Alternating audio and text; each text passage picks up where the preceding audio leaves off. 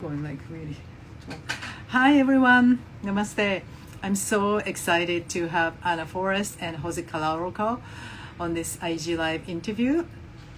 And Jose and Anna really generously supported Yogagivesback's a global gathering for India when India was going through a second surge of COVID-19 early in June this year.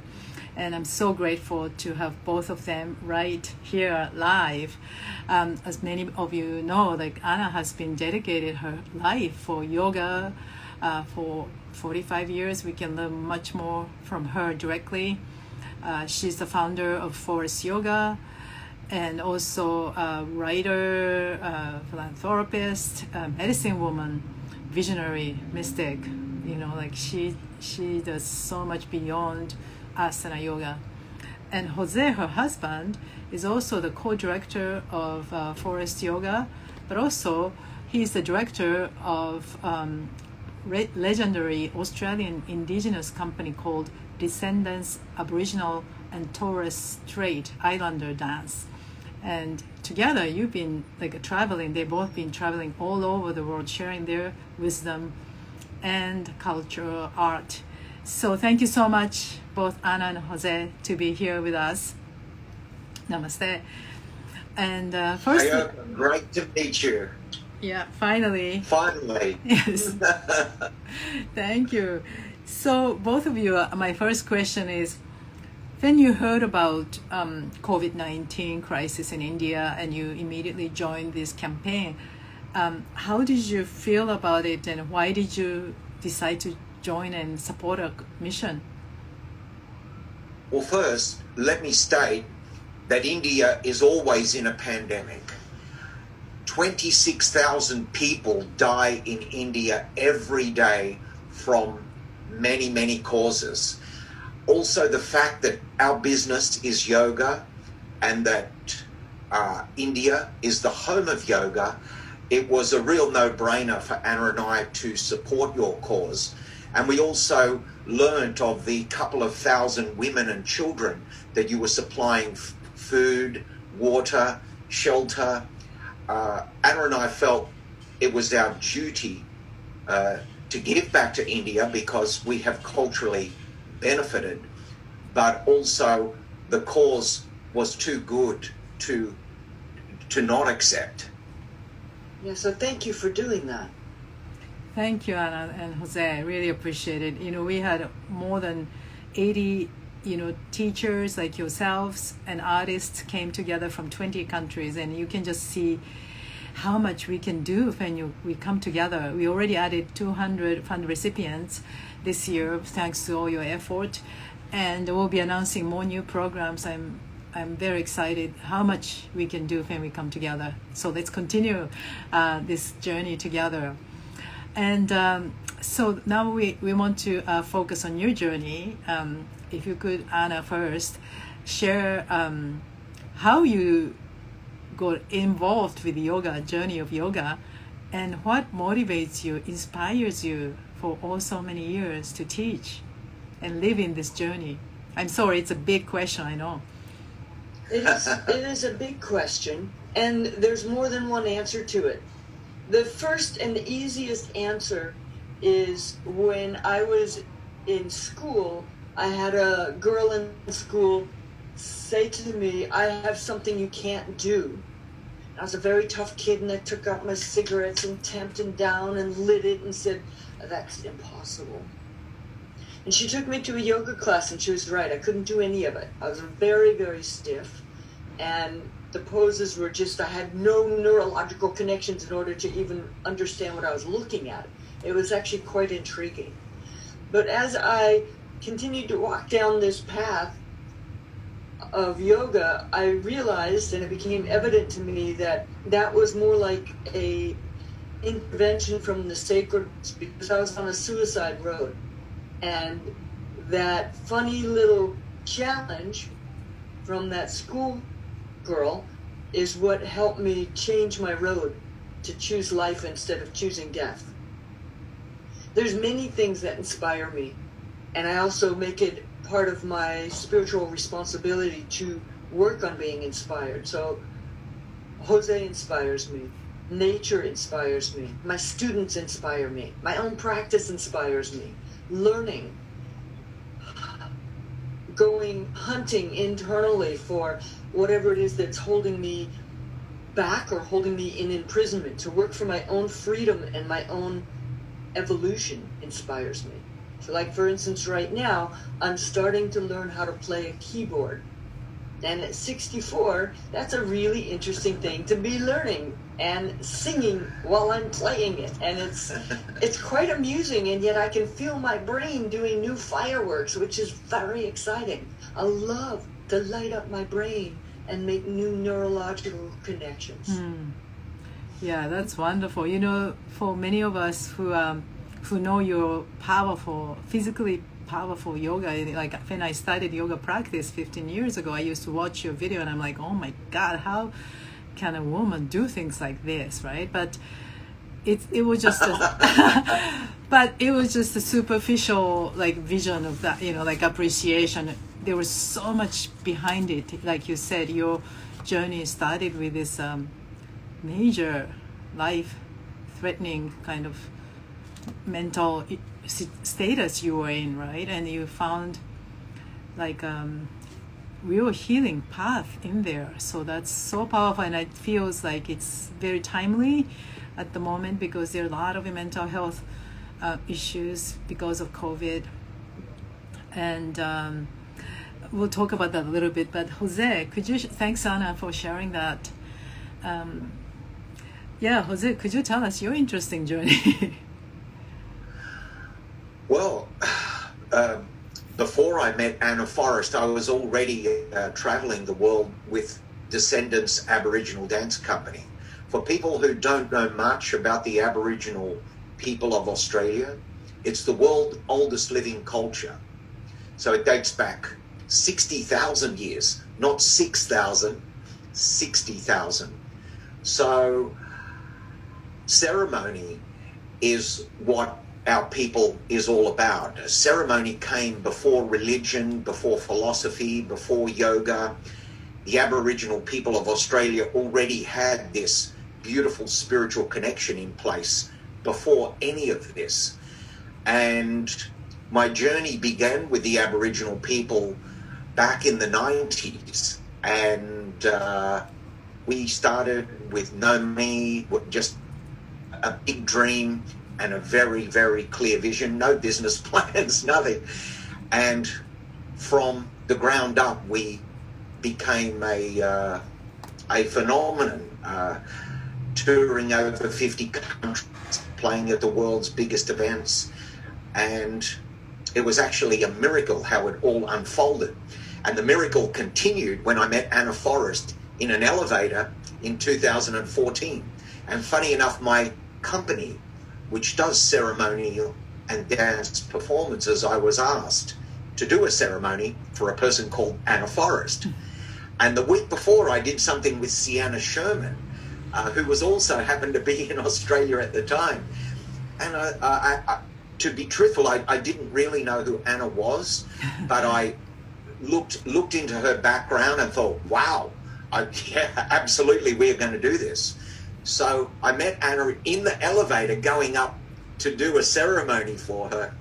And we had sort of a really funny first up meeting. And then at her book launch, we did this beautiful ceremonial dance and welcome to Australia. And as they say, Kayoko, the rest is history.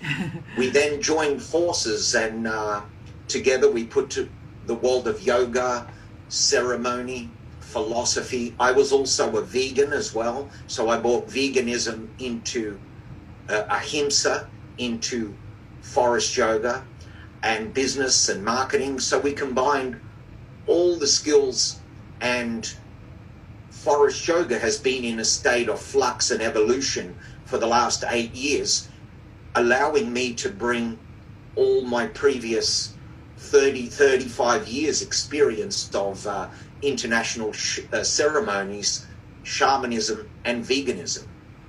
That's interesting. So from your point of view, Anna, so before you met Jose and Jose joined on Forest Yoga, you were already, leading your Forest Yoga for so many years, right? But what do you think? So Jose's experience brought to Forest Yoga as an additional important element. Well, us coming together, being at the heart and soul of Forest Yoga, changed every aspect of it, because the very core of it changed with us being together. One is that I was working really, really, really hard and kind of running myself down, trying to support the company and my vision, and my health was degenerating some. And I put out my own prayers through my medicine pipe, calling in, asking the sacred ones to please bring in my life partner. I asked for 3 things right before I went to Australia for the first time. And one is to go to Uluru, which is the Sacred Heart. It's a big stone rock that some people know as Ayers Rock in the desert of Australia, because I'd been dreaming about that rock, literally dreaming it for years and years and years, and I had to go to it. The other was asking for help from the sacred ones to connect me to the Aboriginal people in a ceremonial way, even though I had no idea how I was going to do that. And then the third, which was the scariest thing to ask for, was asking for the sacred ones' help in bringing me together with my life partner. But I had a lot of contingencies on that. It's like, this person needed to be connected to his own spirit. He needed to have respect for the indigenous people. He needed to have respect for yoga and for the work that I did. And I had this whole list, like sacred ones, I have a list. And then I finished my prayers. Shortly after that, I went to Australia, and then meeting Jose in the elevator was really bizarre, because I was like focusing on my strategy for this book launch, because I didn't get to use the poses to help it, and I was thinking and generating my energy, and it's like, no, I don't have time for any sparkly nan. I just need to focus here. And then when I was about to start the reading, the owner of the yoga center said, wait, we have a performance for you. And I was like, what, like a warm-up band? I'm on a time schedule here, man. I said, okay. And I pulled over to the wall, and then I heard this really strange noise that I've never heard before, and it was a didgeridoo and clapsticks. And all of a sudden, in walked these Aboriginal people with the ochre paint, and behind them was the guy from the elevator. I was like, what's this? And then it was like, oh my gods, this is my prayers. And I heard the sacred ones laughing. They were laughing when I was thinking that, and all this was going on. And I didn't know why they were laughing, because it was all of my prayers. Here was Jose. Here was the Aboriginal people doing a ceremony for me. And then later that year, we went to Uluru. And so it all came together in that meeting, that first meeting. So we were able to, what I was able to do being an artistic director was look at a yoga course and color it with live music, professional audio, visual, storytelling, and make it much, much more like a ceremony. Anna already had some sort of ceremony going, but professional music and like a intriguing midpoint, happy ending. I scripted it out so we could take an exciting opening, ceremonial opening. So I scripted the course and yoga, even the yoga classes out, where we would take, this was much more than just the yoga class. We were probing into the very essence and soul of each and every individual. And Anna and I have been also able to transmit that energy online now that the live classes. So it was great. Meeting Anna in that elevator changed both our lives.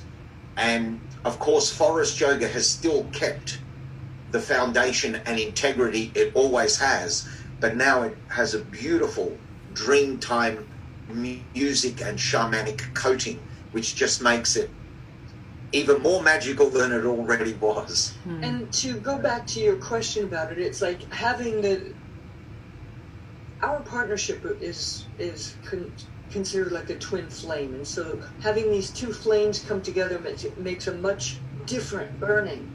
So we are supporting each other, and literally like a beautiful flower, every petal of this creation has changed because of us coming together. And Jose literally over the years has been going over the different aspects of Forrest Yoga, going, I have something to contribute to that, or this needs to be updated, or the business needs to be cleaned up in this way. And like he brings all of these gifts, many of which I didn't have, in order to add to the integrity and beauty of this co-creation. And so it's changed immensely in beautiful ways that we are both very proud of. Yeah, I'd love to know, Anna, like, has that changed the way how you teach asana practice or yoga classes? Yes, in one of the ways that it's changed is because I'm not having to carry it all myself. There was sort of an edge of irritated exhaustion that was riding my teaching sometimes that's not there anymore, because we carry that together, and including just something as basic as resting my voice, because like when we're doing what we call vignettes, different aspects of like B series combining different poses, I'll teach one set, Jose teaches the next set, and so I get to watch. Or maybe if we're working live, I get to put my hands on people without having to hold the whole thing for a little while, and he gets to do the same. So we get to trade off in that. And it brings in a lot more richness to the students to have us trading off, to have Jose's energy and then switching to mine. So people who have a tendency to go dull in their ears from listening to one person all the time, it's switching so they don't have a chance to turn off. It's just a constant invitation to turn on and go deeper. So yes, my teaching has changed tremendously because I've never had someone who walked beside me like this, ever. When I first met Anna in 2014, she was very close to burnout.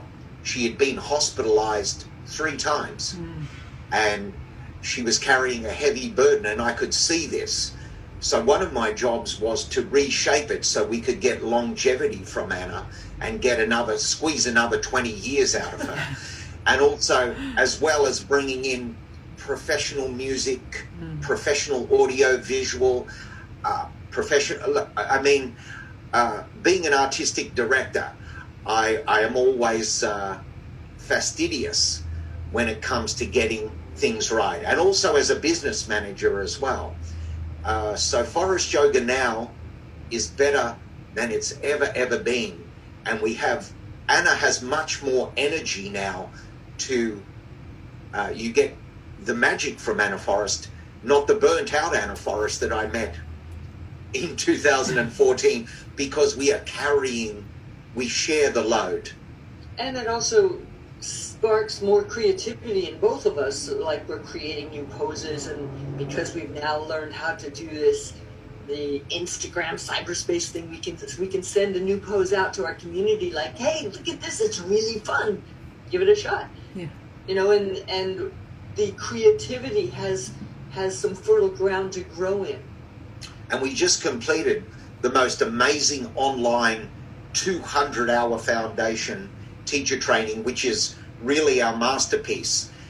We did it live in May here from Orcas Island, USA, but now it's available on demand, and we have hundreds of people doing it at their own speed.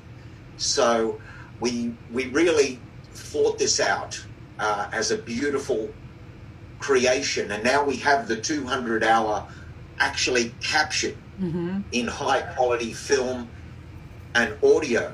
And we're just about to do this again with our advanced teacher training, which we're doing in Seattle in October. And again, we have blending technology and spirituality together, as we found out this morning, sometimes is not always fruitful, as we found out when we didn't go live. But it's exciting times for Anna and I, because we are always in creative mode now, and the pandemic has given us the room to get really creative and just broaden our ideas like they could never be broadened before that. When we were just on a plane as a matter of fact, every Monday we were in a different country. In 2019, 18, 17, 16, we do weekend workshops in Switzerland, then we'd be in Russia, then we'd be in China, then we'd be in Spain, then we'd be in London. That's every Monday we were in a different country. And you can only maintain that for so long before you get burnt out. Yeah. But before I met Anna, I'd already toured 50 countries and taught in 50 countries with Descendants Aboriginal. And I thought, oh, now I need a job where I can just stay at home. And then Anna's job was even worse than Descendants Aboriginal, because it was non-stop travel. Yeah. And what's been so interesting for us with the hardships of lockdown and the fearfulness that people are going through, and the depression and the suicides and all the hardships, the financial terrible stuff that's going on, is that we are creating programs that people can utilize right there in their home. And so instead of going crazy or drinking yourself into a stupor, do this class. Yeah. Get steady inside. Connect to your spirit inside, and then make a decision based on connecting to these important parts of yourself, instead of taking action out of fear or depression or neurosis. So this is a very important time, while everything is so chaotic, to connect inside, connect to your spirit. And if you don't know what to do your practice. Do it every day, because that will help center you in sanity and take you out of the insanity. So you get to reconnect to sane. Very important. Yeah. Because so many people have been contacting us so upset, so sad, so on the edge of destruction. And there's big things we can't control, but what we can control is how we eat, how we drink, doing our yoga. We control our thinking, our mindset, and change it to something that brightens our spirit instead of something that snuffs us out. Yeah. Well, thank you. That's so important. Yeah. Go ahead, Jose. Well, I was just going to say that it's incredible how many people are coming to Anna and I, at that edge, that suicide edge. And Anna and I are doing the best we can. We have prayer books. We use music in healing to send out across the world. We also have programs in our training where we move the body, still the mind, get people to express the emotion, and nurture the spirit. So we directly aim at nurturing all four parts of the person. But I've never seen so many people needing our help. So Anna and I are doing the best we can. We feel it's our duty to correct the brokenness of humankind. And right now, it's possibly the worst it's ever been in history. Yeah, thank you so much for sharing that. So people who are listening in and who are listening in later on IGTV, they can check forrestyoga.com, right? For any new upcoming programs, teacher training, like you guys were saying, like you're offering in October another teacher training, and the therapy just comes to mind listening to you. It sounds like your encounter has been therapeutic to each other, and now you're creating even more therapeutic programs together for the world. So the work it is healing. It's deliberately healing. I mean, we set a healing intent for class, and then each person carries that intent and works on it throughout the class. I also want to mention for your people that are listening is that We have an online library where people can get like a one class, or they don't have to take a whole course. They can take a class or a 3-day class package and just begin, because a daily yoga practice will be salvation during these times. And also a daily food program. Being a vegan teacher, cook, and nutritionist, the importance of diet cannot be underestimated. Yeah. It's like when we prepare our food, we look for what is going to feed our luminosity and our health to the highest degree, not what's going to be a comfort food and make us feel lousy later. Yeah. So it has to be tasty and senses satisfying, and also have as much nutrients as possible. And it's really fun to prepare meals that are absolutely delicious and that feed us on every level. And this is also what your listeners can do too. Yeah, so you offer that program too online, Absolutely. Yeah. The veganism that I teach during a course is in all the courses. It's in the foundation training, and it's also in the advanced teacher training. I don't go into boring technicalities. I just give the student a quick overview on my 30 years of experience as a vegan teacher. And we just get straight to the point, and we skip, we don't talk about magnesium for 45 minutes and zinc and this and that, or where you're going to get your protein, Oh, we mentioned that, because that is a big concern for people, because they are under the misconception that protein is hard to get. It's in many foods. It's easy to get. I even show people how to prepare quick and nutritious meals, and also look out for the dangers in our food, because there is heavy metal toxins in many foods, and there's also arsenic and all sorts of dyes, poisons, waxes in our food. And we're taking this in every day. Yeah. And taking in this sort of food leads to depression, anxiety, stress. We are just adding fuel to the fire. Yeah. So when Anna and I teach a course, it's not just about yoga. It's about the whole person, physical, emotional, mental, spiritual. And we target each area during the course. So how long is the course, and again, when does it start? It starts on October the 2nd, finishes on October the 10th. Okay. And it's a 9 straight days yoga ceremony, but the beauty is you can do it on demand. So you don't need to do 9 days straight. You can do the days whenever you can. Great. So this is part of what we've been learning to do, is how to format it for people, no matter what country they're in. That they can do the recordings in their own time, instead of trying to wake up at 2 a.m. in order to join us. Which is a hardship. Yeah. Wonderful. So I'm going to put the link for everybody who can, check it out. But thank you so much. I feel very inspired. And I hope many people who are listening in are also inspired and check in forrestyoga.com and learn what, Anna and Jose are, really offering us, so that we can get through this very difficult time and also really in tune with ourselves. I think that's what you were just telling us. We forget with watching TV and eating snacks, you forget what you're putting into your food, into your body, right? But be aware of more of what we are made of, and we can make it better, right? So but thank you so much for your passionate offering with so much heart in it, so much depth from indigenous people from 60,000 years old to and adding India's wisdom and spirituality of yoga. What a wonderful, wholesome combination that you're creating. Thank you so much again for your support for Yoga Gives Back also. Thank you, and please take care.